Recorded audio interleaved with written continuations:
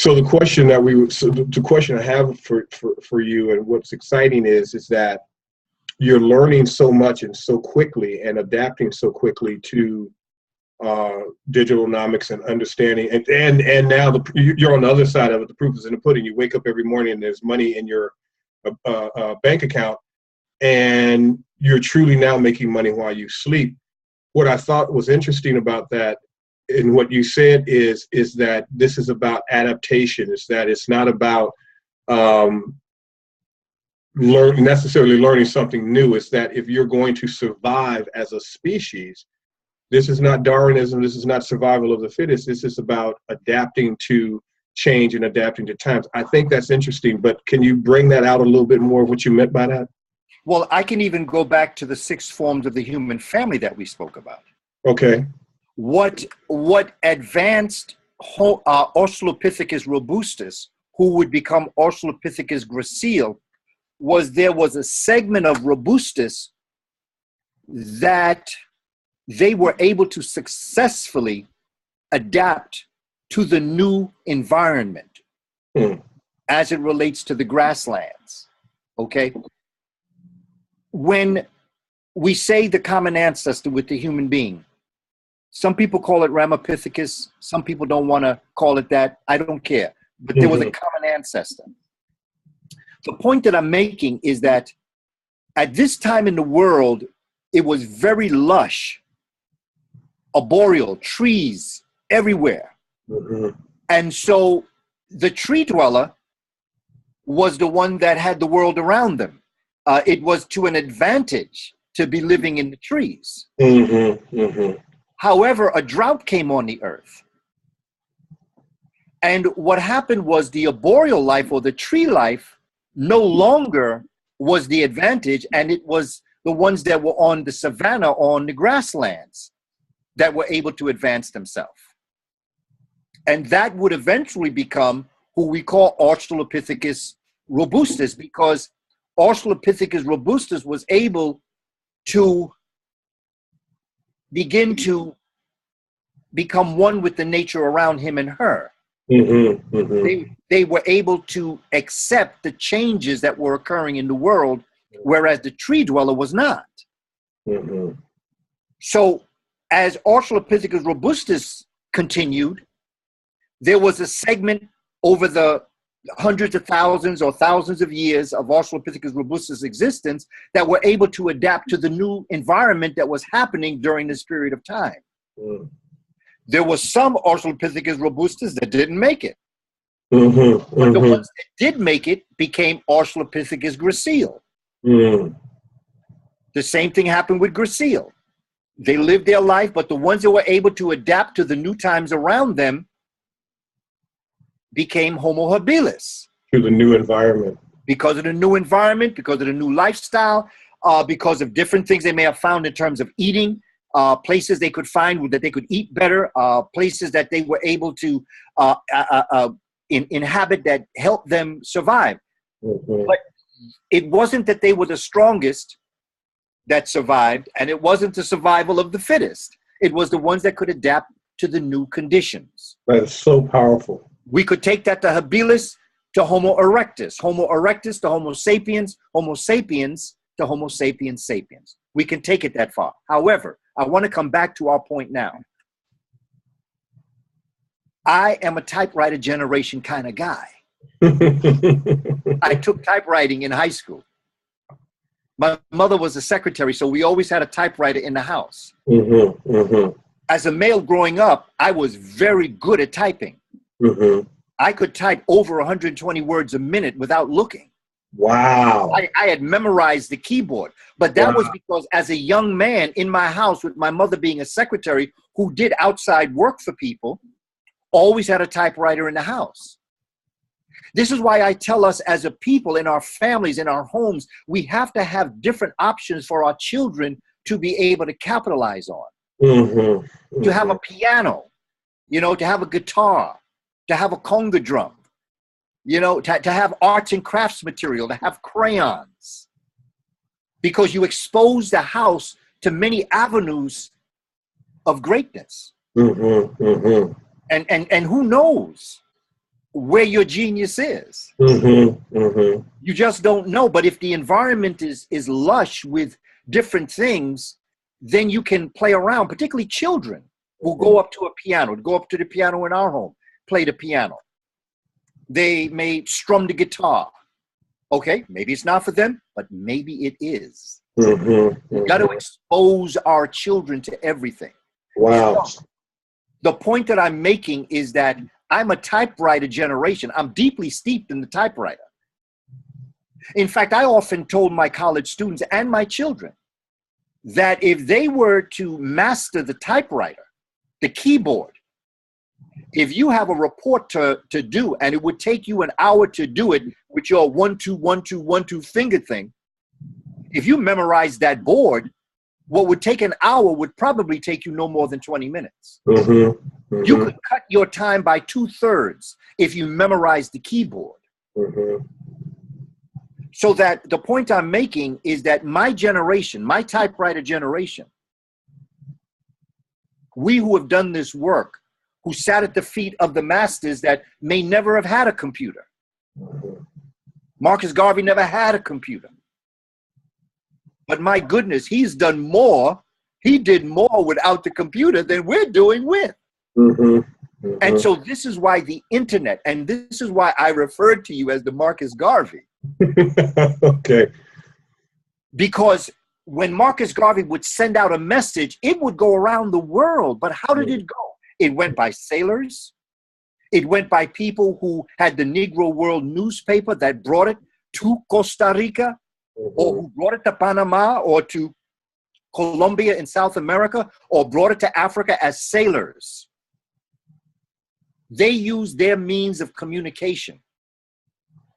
And so what DigitalNomics did was it took my typewriter generation concept, because I didn't want to do computer.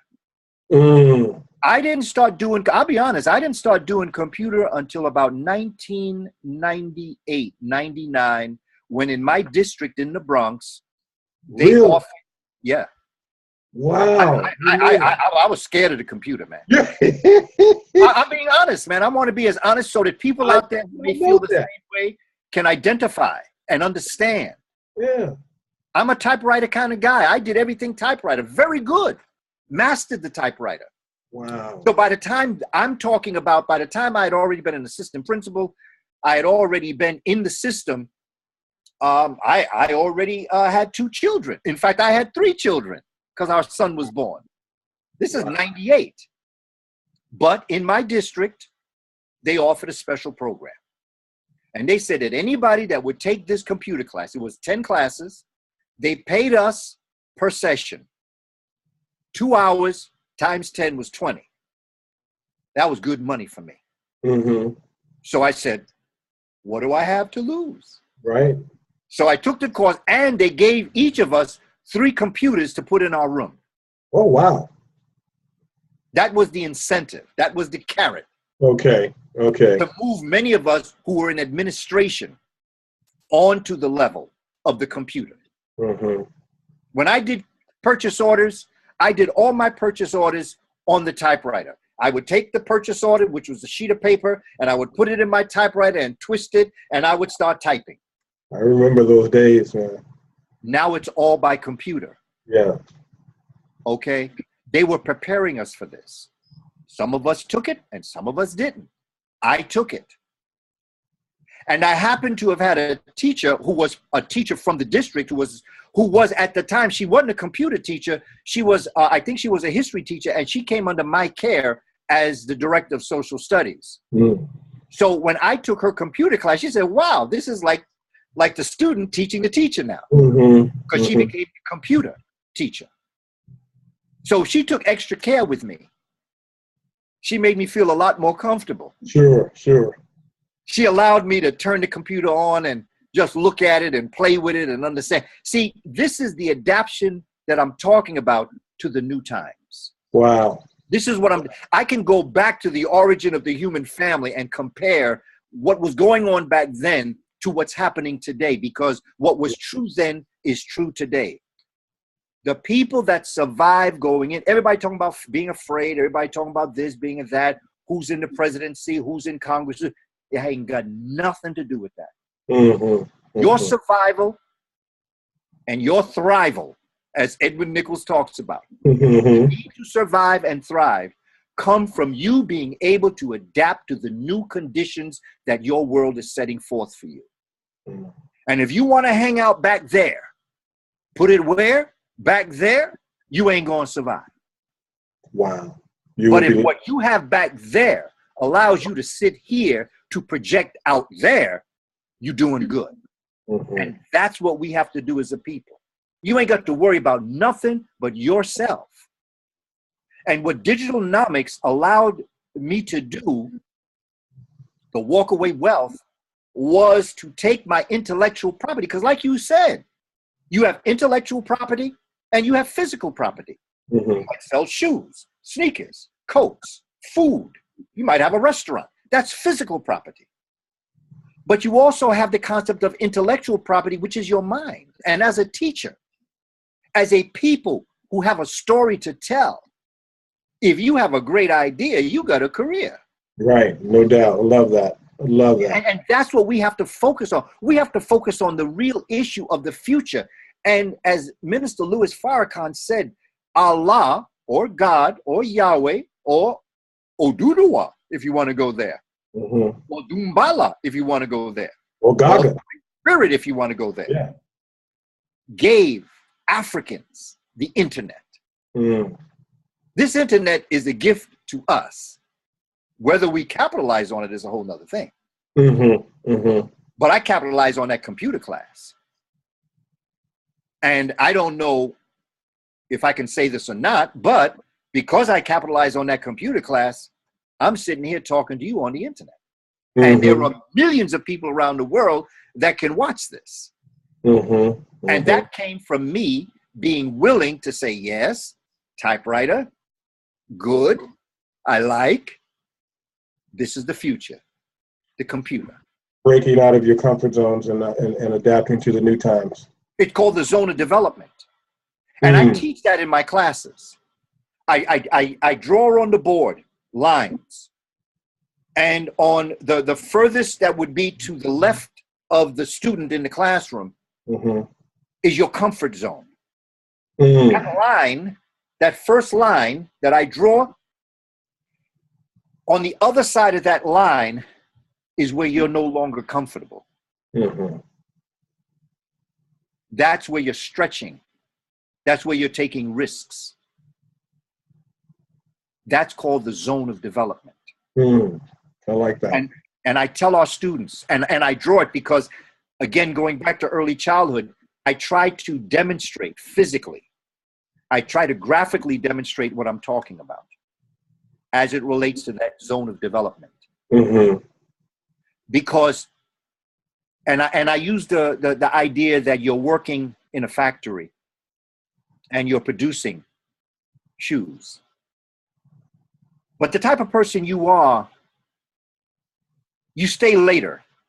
You try to look at and master your craft, perfect your craft, as Dr. Clark used to say. You try to do better. You try to find ways that you can do it another way. Now, your supervisor's watching everybody. Your supervisor's watching you. Your willingness to stay a little bit later, your willingness to make sure that the job is right, calling back something if it's not to the best of the ability, your supervisor's watching that. So that when a special job comes through, he or she will say to you, listen, Philippe, you interested? We got a little thing going on. You interested in taking this on? Now, your comfort zone is there. What they're asking you to do is going to take you to your zone of development, your uncomfort zone. But you say, yeah, I'll do it. You do it and you apply the same craft, the same abilities to the zone where you're not comfortable to where you were comfortable. And all of a sudden you say, wow, I can do this. You've seen me do this a number of times on the computer. In fact, just a few moments ago, when we did that other piece with the Google account, you saw that, hey, like I say, once it reached me, it can't pass me. Right, right, right. I get a comfort and a confidence in what I've done. You're in your zone, you've left your zone of comfort, crossed the line into your uncomfort zone. However, in your doing it and doing it well, you get a confidence and comfort where now what was once your uncomfort becomes your comfort zone. That's right. That's right. And now that line of development now pushes over more to the right. And so your supervisor sees that and says to the president of the company, look, Philippe, he did that well. He said, well, offer him a supervisory position. Okay, well, wait a minute. Now that's taking you out of your comfort zone. Again, you're uncomfortable. So the point that I'm telling children and the point that I tell people is you should always be attempting to push your zone of development. Always be attempting to push your comfort zone. Never be comfortable in the comfort zone. In fact, you should be, eventually in your life, when you live like this, you become uncomfortable in the comfort zone and become comfortable in your zone of development. Wow, I like that. Now, that's part one of this that I do with my college students and even some of my younger students. Part two is a discussion of fear and courage. Because it's that fear and courage that you got to deal with that becomes the fuel to move your comfort zone. And what I do is I do a timeline with a 0. And on the left-hand side, the minus side are your fears. Okay. On your right-hand side of the number line, which is the plus sign, is your courage. Okay. And so I say to people, and this has helped me throughout my entire life. This helps me do what I do. This helps me be able to go out and do the work that I do in the face of sometimes I got folk that ain't feeling me at all. But it's about fear and courage. See, I tell people I'm a human being. I have a right to have fear, but I have no right not to have courage. I have fear. In fact, I don't trust people to say they fearless. Because they're crazy. They'll drive you off the pit, not caring that they're going to die. And here you go behind them. I'm looking for someone to say, look, hey, listen, we got to be careful out here. Here's how we going to get there. I like that. But people say, don't worry about it, man. Come on, let's just go. Come on. Wait, 1, 2, 3. No, you go by yourself. Homie, don't play that. That ain't going to happen with me. Homie, don't play that. No, you have a right to have fear, but no right not to have courage. I like that. And so when something happens and I say, like, you walk out in the street and all of a sudden a car screeches, almost hits you. Fear hits you, okay? So now that takes you into your negative number line where you have fear. So the question becomes, what do you have to do? Well, if you're at a -3 fear, let's say that's the level of your fear, you have to begin to move to your right. And the way you move to your right is by adding courage. So when you add a -1 courage, you go to -2. You add another -1 courage, you go to -1. You add another piece of courage, and you're at the 0 mark where you are neither fearful or courageous. But then you apply another piece of courage, and now you're at the +1 courage, the +2 courage, the +3 courage. You become courageous. Wow, that's cool. So when you combine those two analogies that I gave you, as it relates to your zone of development, you're fearful. I was fearful of the computer. So what happened? They offered me a class where they paid me. Okay, money. Money did it. Plus the 3 computers. Okay, it did it. But it got me in front of the computer. Okay, and as the first class ended, the second class, all of a sudden, that -3 fear became -2 fear, became -1 fear, became a 0, where I was neither fearful of the computer or that courageous of the computer.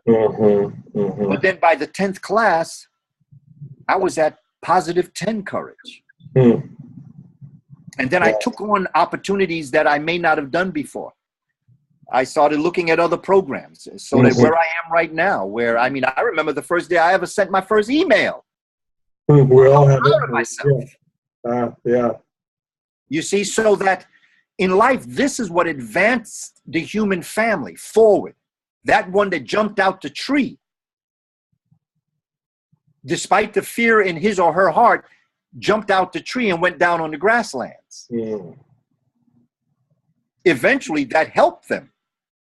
Because when the drought came and the trees began to dwindle, it was he and she, having jumped down to live on the grasslands, that were able to really be able to flourish through the Australopithecine to the Homo line to the builders of the pyramids. And that was because they were willing to take a risk. Wow. And that was Dr. King. And that was Malcolm X. And that was Marcus Garvey, Harriet Tubman, Sojourner Truth, Martin Delaney, John Henry Clark, Dr. Ben. And it's you and me. Absolutely. And Dr. Gabriel Yibo. Yes. Willing to take a risk. Willing to get out of your comfort zone. Out of that going to work. And at 5 going to the bar to get your beers. As opposed to staying there and looking at how to make your job better. Because people are watching you. And that's what prepared me to meet you in that first talk we did 2 years ago, that allowed me to start the process of attempting to take my work, digitalize it, and bring before the people the first book that I wrote on William Leo Hansberry. It's helping me be able to do the second book on spirituality before religion. It's helping me do the e-course on spirituality before religions. Because I was willing to step out of my typewriter state of mind, my comfort zone. And as Black folk, we got to step up out of this comfort zone. Absolutely. Absolutely. You know, the other thing is that I remember a quote that says, you know, opportunity is met with preparedness. You know, is that you stepping outside of your comfort zone allowed you to be able to see what I'm doing. You wouldn't be able to understand or see me or even see what I'm doing as an opportunity if you, in terms of DigitalNomics, if you hadn't stepped outside that comfort zone and learned the computer, so then you could see the future. And as we started talking over 2 years, you know, that at the beginning of our friendship and relationship, you some things you were able to kind of comprehend and see, and some things you weren't, but you had enough information, past information, to say, okay, I think this might be a really great opportunity. Let's see how it let's see how it goes. And then each time we met, you learned a little something more, a little something more, and then particularly with the process of your first book. And then it was like, I think when you got the cover, you were like, okay, this is really real, because you had never done a Kindle before and never even heard of Kindle, or print on demand, and create space in Amazon. And then, you know, and I remember this day, I might have written even the date down somewhere in my digital diary. You said, guess what, I think, I don't know if you called me or I called you. I think you called me. He said, brother, guess what? I said, what, professor? You said, my books came in the mail today. And that's when I knew it was real. Yeah. That was a moment, you know, and I remember that because I had the same thing with my first book. It was like, I know I wrote a book and I know I'm going to be an author, but when you put that in your hand, that's like what Dr. Edward Nichols talks about. That's an encoding on your epigenetic genome. That's a tag that once you can never go back to the way it used to be. And that's what you're experiencing when you held that first book, William Leo Hansberry. Absolutely. Absolutely. And everything that I do gives me a success that leads to a comfort and a confidence to be able to take the next step. And to constantly be pushing the zone of development, no matter what your age is. You push the zone of development. When I think of what Dr. Chancellor Williams went through, I was there with him when he went through it in the very beginning, when he lost his library, when he lost everything through a flood in his home. I think today, and that's why I have a passport. That's why I walk around with 4 flash drives at all times in case something happens to whatever I have in my home. Because I remember the pain that he felt after all of his life's work. He did not have at that time, we did not have at that time, the technology to preserve that work. And so I realize and I value that. And that's what I tell young people, to understand this technology is phenomenal. When I made mistakes, I used to have to take the white out, or we used to have those strips that we'd have to put in there, and we'd have to press the same key in order to take the mistake out. That's right. If you made a mistake with the R and the A, you had to go and type in, put the white out in there, and then type the R and the A to white it out, and then start all over again. Wait for it to sometimes it would chip. That's right. That's right. And I tell people all the time, I'm from the typewriter generation. I'm from the generation that when I talked about cut and paste, I'm talking about scissors and glue. To young people today, they say on the internet. Yeah, there's a commercial on TV where there's a father that is enjoying his car, and he's driving around. His son is in the back seat, and back in the day, when you went and delivered paper, young people on their bikes, and he said, "Look, you don't have to worry about your bike. I'll take you around the paper route by car." And the son looks at him and says, "What's a paper route?" Because the idea of sending papers to someone's front door is not in the young generation's vocabulary. Exactly. And what's not in your vocabulary is not going to be spoken of, and is not going to be envisioned in the mind. Right. So a paper route is something that he never experienced. So when I say cut and paste, and I'm talking about scissors and glue, that's what we did. Right. We cut things out. And we cut them out with scissors and pasted them on the page with glue, and then we made a Xerox copy. That's what we did. That's right. But this generation, hey, you can go move. That's wonderful. I mean, that's so phenomenal when I do my work. But for those that are still afraid to get on the computer, you're not going to be able to do it. And that becomes a challenge. You're not adapting to the new conditions. I'm sitting here with you. I'm sitting here with you. I'm in my bedroom. We're doing our training, our weekly training session. You're in your room, and it's something. Even though I do it, I still marvel at it. Is that we're both earning income while we're sitting here having a conversation, which for a lot of people is unfathomable. It's like, well, how is that even possible? Because we don't have to, we have removed ourselves, or in the process of removing ourselves from having to trade our time for a dollar amount, for our physical time for a dollar amount, where now the wealth or the income that we generate, it becomes exponential because we don't have to physically be there to earn it. And that, I think, is one of the major issues with DigitalNomics, is that it gives you that ability to do that. And I remember when you saw those sales come in, and particularly the sales from the $1 product, which is your ebook that you offer. This was a brilliant move on your part, that you offered it for $1, but if people want to, offer a little bit more, they can, which became your #1 selling product, more so than even all of your DVDs. That is, one, the power of walkaway wealth, but it's also the power and honoring who we are as a people. It shows our cosmic connection and comedic connection. I learned something from that. Yeah, and in my heart of hearts, money has a place. I want to make a living, but not a killing. And that one-time offer that I offer for $1 is a culmination of my work on the life history of the human family. 38 pages of condensed work. It's concentrated. And when we spoke, I said, when we were thinking of prices, I said, I want anyone who has a dollar to be able to have this. It wasn't about the money. And that is an African tradition of doing business with our people.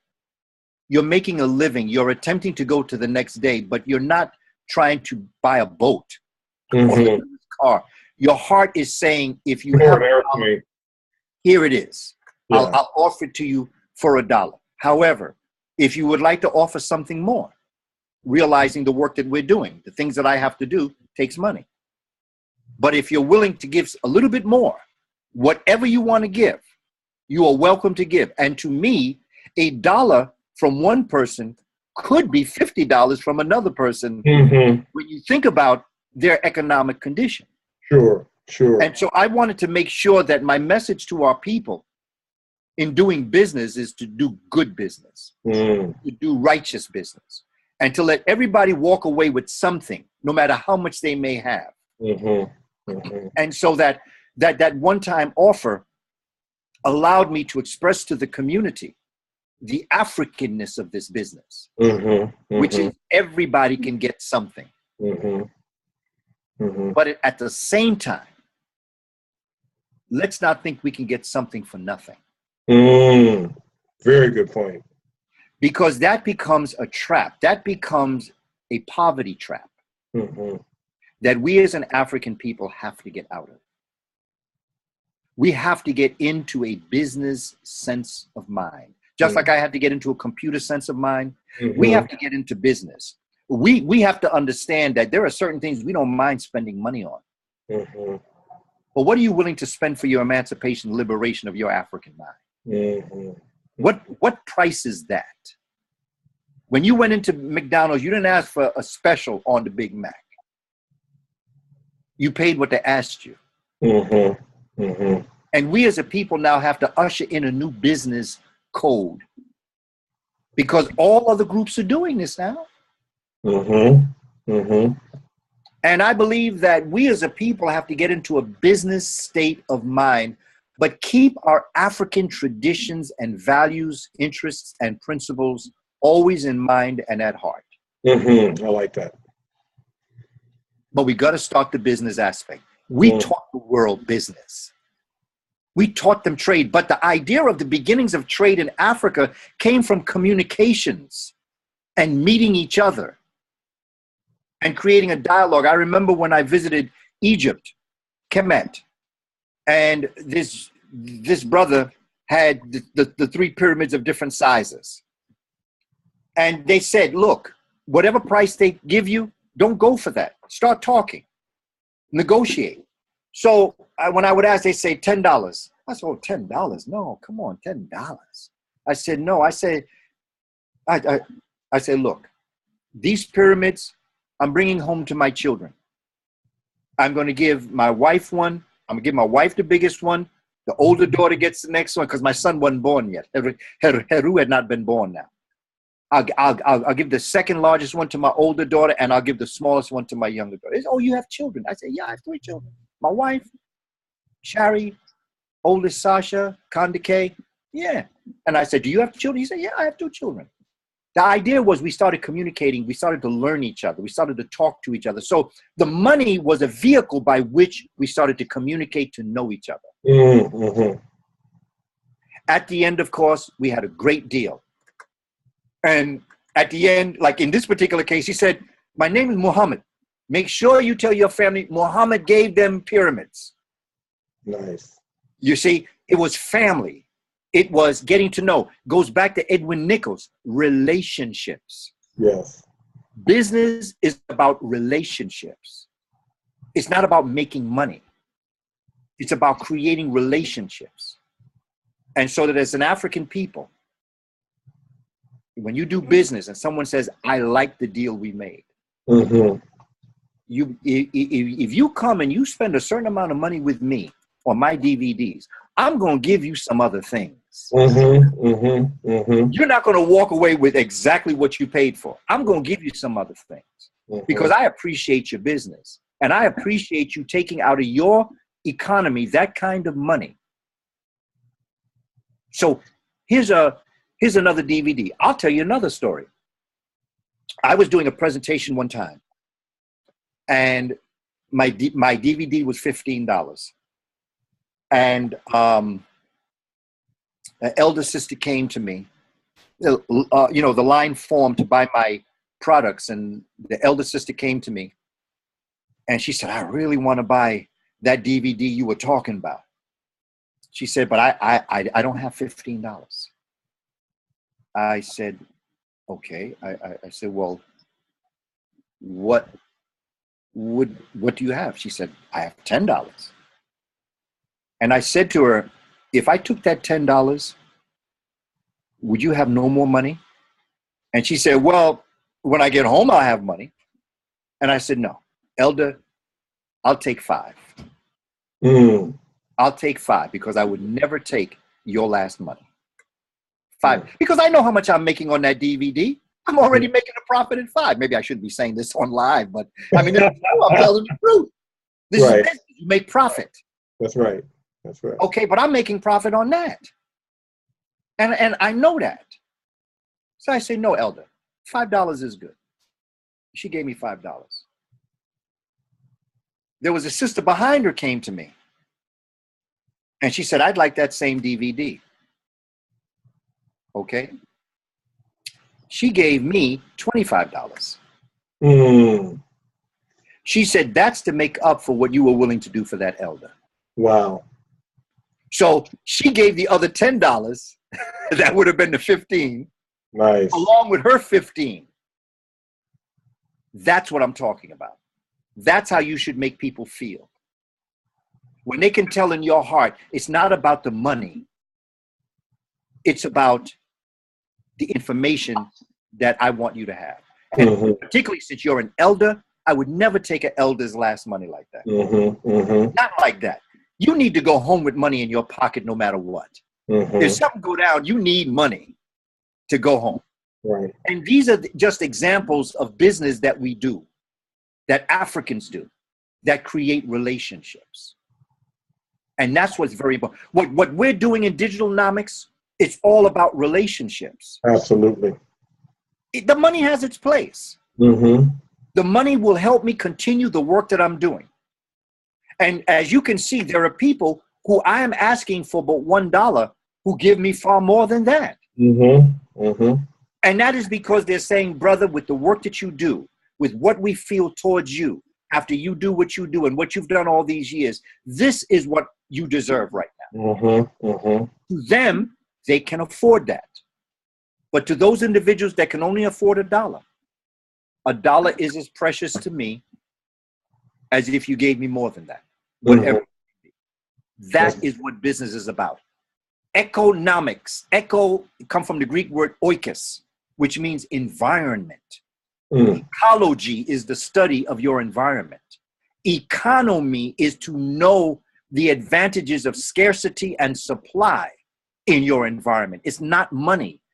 Economy is not money. It is to be able to use your environment to better your society.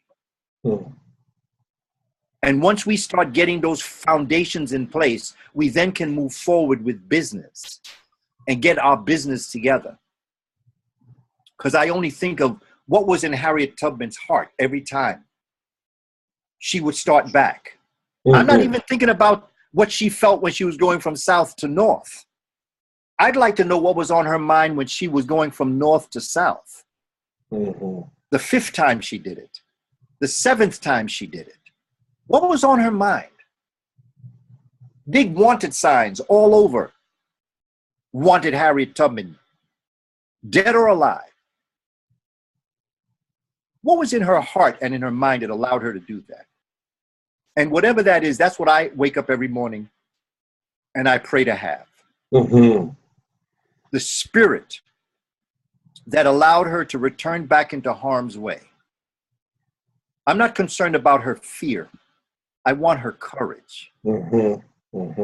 She was courageous. No doubt about it. She was courageous, as well as all those that we may never know their names, that had their heads beaten, who may have been hung, murdered, tortured. We'll never know their names. Their bones may be in a river in Mississippi or in Alabama, or it may even be in the Hudson River here in New York City. Mm-hmm.